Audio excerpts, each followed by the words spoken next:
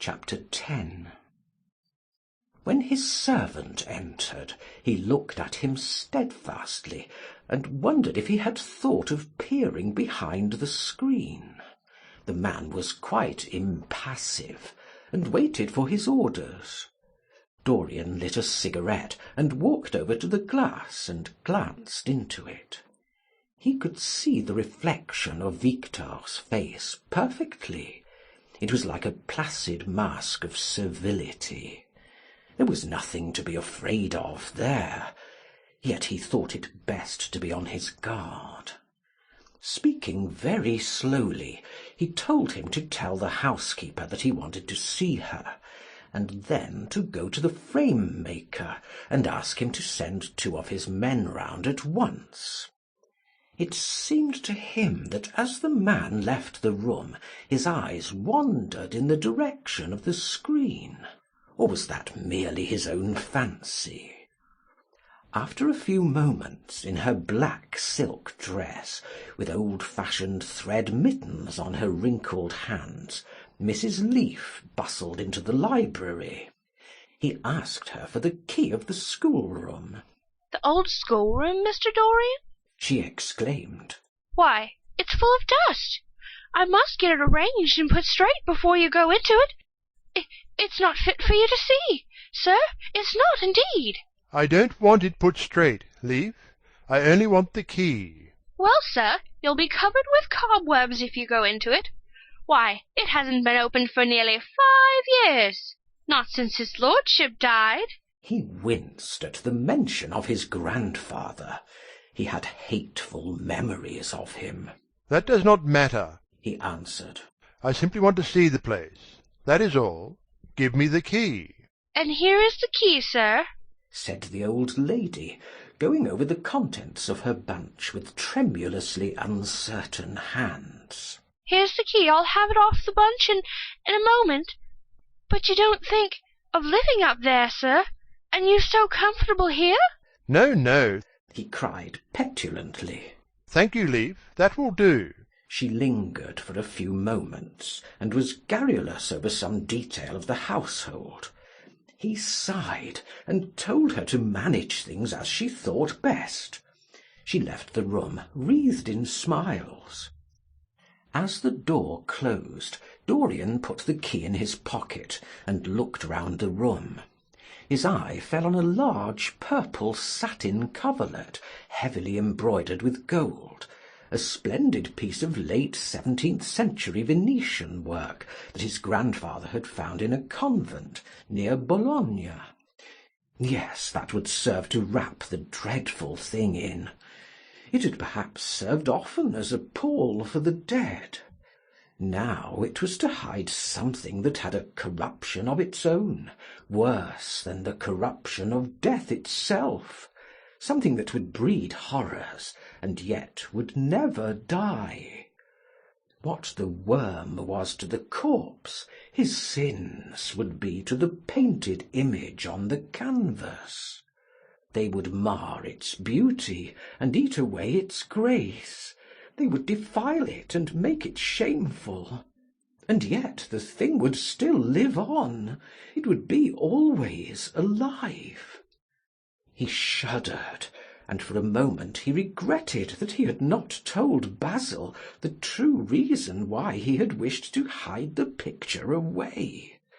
Basil would have helped him to resist Lord Henry's influence, and the still more poisonous influences that came from his own temperament.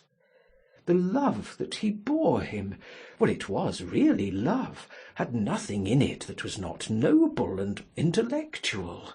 It was not that mere physical admiration of beauty that is born of the senses, and that dies when the senses tire. It was such love as Michelangelo had known, and Montaigne, and Winckelmann, and Shakespeare himself. Yes, Basil could have saved him. But it was too late now. The past could always be annihilated. Regret, denial, or forgetfulness could do that. But the future was inevitable. There were passions in him that would find their terrible outlet, dreams that would make the shadow of their evil real. He took up from the couch the great purple and gold texture that covered it, and holding it in his hands, passed behind the screen. Was the face on the canvas viler than before? It seemed to him that it was unchanged, and yet his loathing of it was intensified.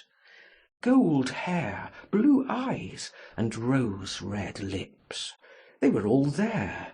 It was simply the expression that had altered. That was horrible in its cruelty.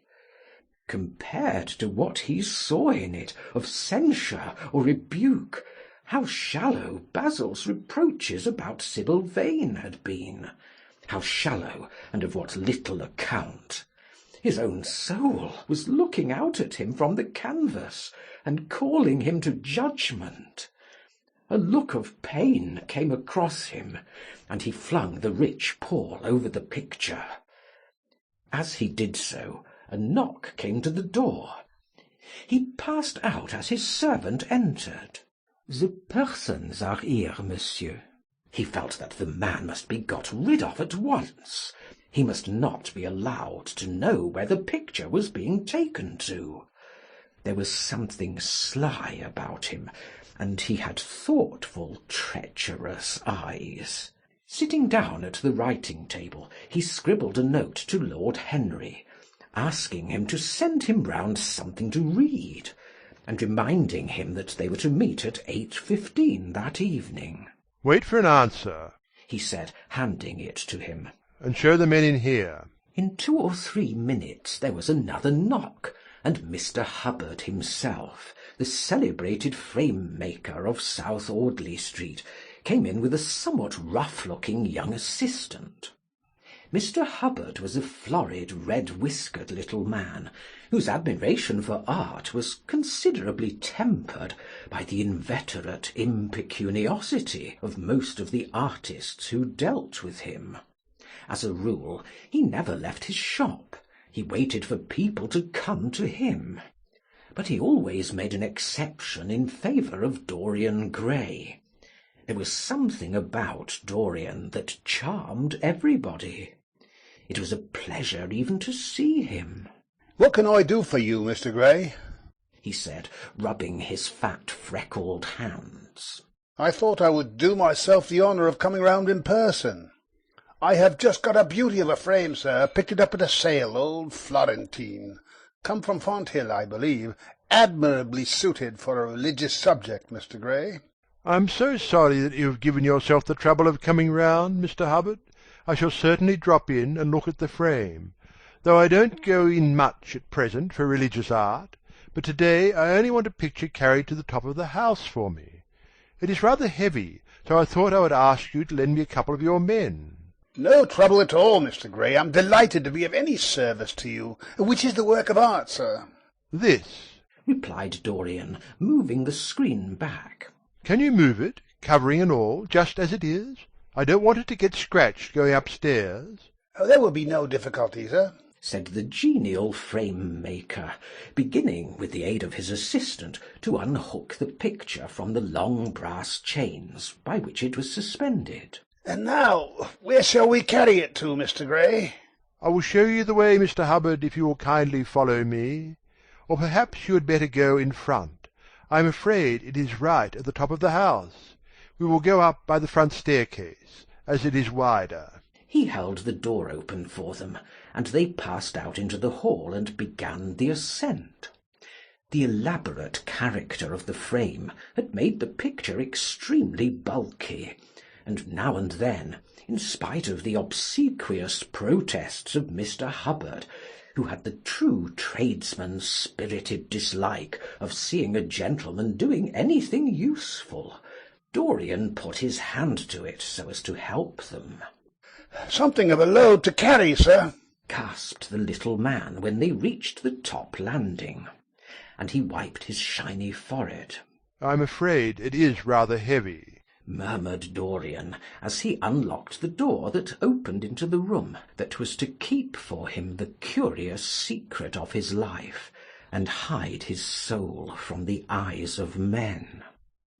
He had not entered the place for more than 4 years, not indeed since he had used it first as a playroom when he was a child, and then as a study when he grew somewhat older. It was a large, well-proportioned room, which had been specially built by the last Lord Kelso for the use of the little grandson, whom, for his strange likeness to his mother, and also for other reasons, he had always hated and desired to keep at a distance. It appeared to Dorian to have but little changed. There was the huge Italian cassone, with its fantastically painted panels and its tarnished gilt mouldings, in which he had so often hidden himself as a boy. There the satin-wood bookcase, filled with his dog-eared school-books. On the wall behind it was hanging the same ragged Flemish tapestry, where a faded king and queen were playing chess in a garden, while a company of hawkers rode by, carrying hooded birds on their gauntleted wrists. How well he remembered it all! Every moment of his lonely childhood came back to him as he looked round. He recalled the stainless purity of his boyish life, and it seemed horrible to him that it was here the fatal portrait was to be hidden away. How little he had thought, in those dead days, of all that was in store for him. But there was no other place in the house so secure from prying eyes as this. He had the key, and no one else could enter it. Beneath its purple pall, the face painted on the canvas could grow bestial, sodden and unclean. What did it matter? No one could see it. He himself would not see it. Why should he watch the hideous corruption of his soul? He kept his youth. That was enough. And besides, might not his nature grow finer after all? There was no reason that the future should be so full of shame. Some love might come across his life and purify him, and shield him from those sins that seemed to be already stirring in spirit and in flesh, those curious, unpictured sins, whose very mystery lent them their subtlety and their charm. Perhaps some day the cruel look would have passed away from the scarlet, sensitive mouth, and he might show to the world Basil Hallward's masterpiece. No, that was impossible. Hour by hour, and week by week, the thing upon the canvas was growing old. It might escape the hideousness of sin, but the hideousness of age was in store for it. The cheeks would become hollow or flaccid. Yellow crow's feet would creep round the fading eyes and make them horrible. The hair would lose its brightness, the mouth would gape or droop, would be foolish or gross, as the mouths of old men are. There would be the wrinkled throat, the cold, blue-veined hands, the twisted body that he remembered in the grandfather who had been so stern to him in his boyhood. The picture had to be concealed. There was no help for it.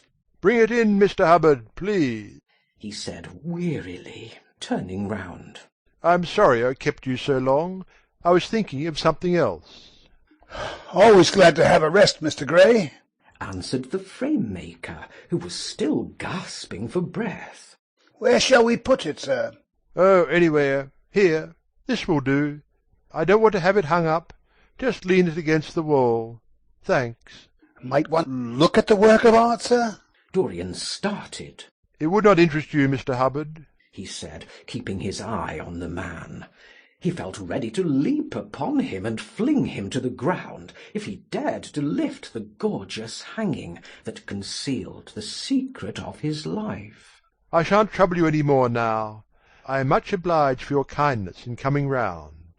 Not at all, Mr. Gray. Ever ready to do anything for you, sir."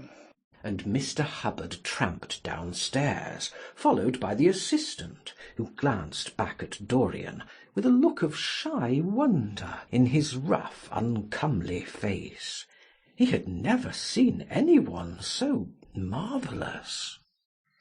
When the sound of their footsteps had died away, Dorian locked the door and put the key in his pocket. He felt safe now. No one would ever look upon the horrible thing. No eye but his would ever see his shame. On reaching the library, he found that it was just after 5 o'clock, and that the tea had been already brought up. On a little table of dark perfumed wood, thickly encrusted with nacre, a present from Lady Radley, his guardian's wife, a pretty professional invalid who had spent the preceding winter in Cairo, was lying a note from Lord Henry, and beside it was a book bound in yellow paper, the cover slightly torn and the edges soiled. A copy of the 3rd edition of the St. James's Gazette had been placed on the tea-tray. It was evident that Victor had returned. He wondered if he had met the men in the hall as they were leaving the house, and had wormed out of them what they had been doing. He would be sure to miss the picture, had no doubt missed it already while he had been laying the tea-things. The screen had not been set back, and a blank space was visible on the wall.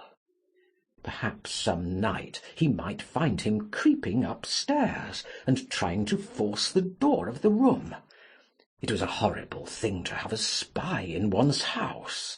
He had heard of rich men who had been blackmailed all their lives by some servant who had read a letter, or overheard a conversation, or picked up a card with an address, or found beneath a pillow a withered flower, or a shred of crumpled lace. He sighed, and having poured himself out some tea, opened Lord Henry's note. It was simply to say that he sent him round the evening paper, and a book that might interest him, and that he would be at the club at 8:15. He opened the St. James's languidly and looked through it. A red pencil mark on the 5th page caught his eye. It drew attention to the following paragraph: Inquest on an actress. An inquest was held this morning at the Bell Tavern, Hoxton Road, by Mr. Danby, the district coroner, on the body of Sybil Vane, a young actress recently engaged at the Royal Theatre, Holborn. A verdict of death by misadventure was returned. Considerable sympathy was expressed for the mother of the deceased, who was greatly affected during the giving of her own evidence and that of Dr. Birrell, who had made the post-mortem examination of the deceased. He frowned, and tearing the paper in two, went across the room and flung the pieces away. How ugly it all was! And how horribly real ugliness made things! He felt a little annoyed with Lord Henry for having sent him the report, and it was certainly stupid of him to have marked it with red pencil. Victor might have read it. The man knew more than enough English for that. Perhaps he had read it, and had begun to suspect something. And yet, what did it matter? What had Dorian Gray to do with Sybil Vane's death? There was nothing to fear. Dorian Gray had not killed her. His eye fell on the yellow book that Lord Henry had sent him. What was it, he wondered? He went towards the little pearl-coloured octagonal stand that had always looked to him like the work of some strange Egyptian bees that wrought in silver, and taking up the volume, flung himself into an arm-chair and began to turn over the leaves. After a few minutes he became absorbed. It was the strangest book that he had ever read. It seemed to him that in exquisite raiment, and to the delicate sound of flutes, the sins of the world were passing in dumb show before him. Things that he had dimly dreamed of were suddenly made real to him. Things of which he had never dreamed were gradually revealed. It was a novel without a plot, and with only one character, being indeed simply a psychological study of a certain young Parisian who spent his life trying to realize in the 19th century all the passions and modes of thought that belonged to every century except his own, and to sum up, as it were, in himself the various moods through which the world spirit had ever passed, loving for their mere artificiality those renunciations that men have unwisely called virtue, as much as those natural rebellions that wise men still call sin. The style in which it was written was that curious jewelled style, vivid and obscure at once, full of argot and of archaisms, of technical expressions and of elaborate paraphrases, that characterizes the work of some of the finest artists of the French school of symboliste. There were in it metaphors as monstrous as orchids, and as subtle in colour. The life of the senses was described in the terms of mystical philosophy. One hardly knew at times whether one was reading the spiritual ecstasies of some mediaeval saint, or the morbid confessions of a modern sinner.